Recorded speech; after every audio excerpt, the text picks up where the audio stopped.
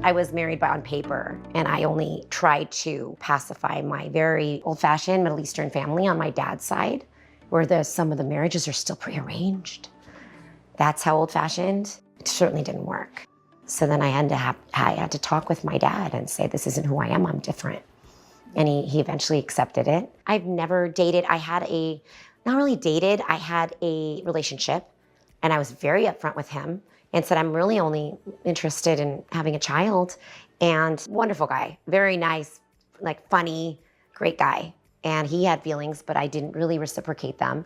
But I was open with him. I was never, hiding the fact that I just wanted a child. And he tried to help me. He was helping me. It didn't work out.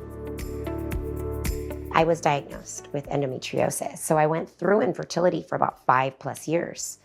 And Elijah, my first, was a miracle. He was an absolute, blessing. So I worked hard to overcome the infertility. So once I finally was pregnant, I did not like any pregnancy, never liked pregnancies, but having the child and raising my children, my babies, that made up for all of the pregnancy, which was not very fun. With Elijah, then Amira, and then Josh, and then Aiden, and then the twins, I kept going to school. So I was also raising them on campus with me. And I was earning my bachelor's degree while taking 18 units in school and taking care of all my kids. I wasn't like the media portrayed. There was this false narrative they spun and said I'm this, unemployed welfare recipient. It was not the case at all. I was on disability, and the details, I all address every single detail about my finances and about what I did to survive. Finally, 2013, I was able to just escape the false life and all of the toxic influences that enshrouded my family and I, and take us back to my hometown, went back to my old profession. Yes, I went back to work. Started working again as a counselor in 2013 until 18. So I did work relentlessly. Yeah, it was nonstop machine. Yeah, I had to. I had no choice.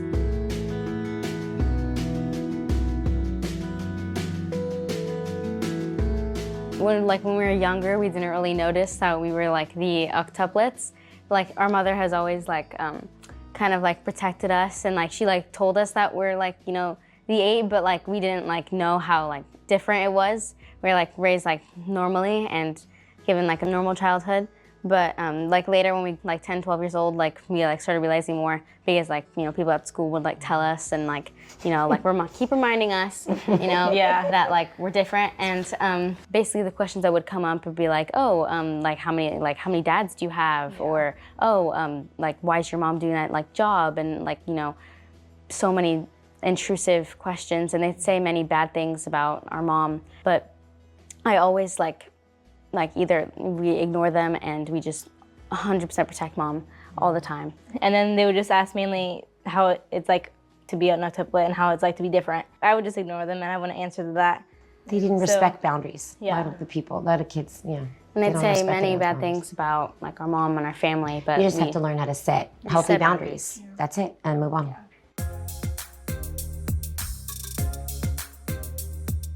They have a virtual school. It's a charter school. There's far more benefits than cons because of today's times. You share how it's in high school, and nowadays it's just very toxic. A lot of toxic influences there.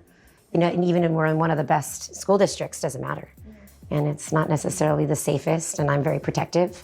It's a very precarious, dangerous world we live in. It's getting worse, I believe. For me, it's better because I feel if the movie and everything goes out, then it's gonna go crazy in school, and it would just be too much in school. It's easier for us. And it's just easier if we're home, because it's gonna be horrible. It's gonna be crazy. Everyone's gonna be oh, you were in this. Oh, you're in this too. Oh, this, and then it's just gonna be crazy, and then it wouldn't be good. There's also so much attention, especially with this new coming documentary, filming everything.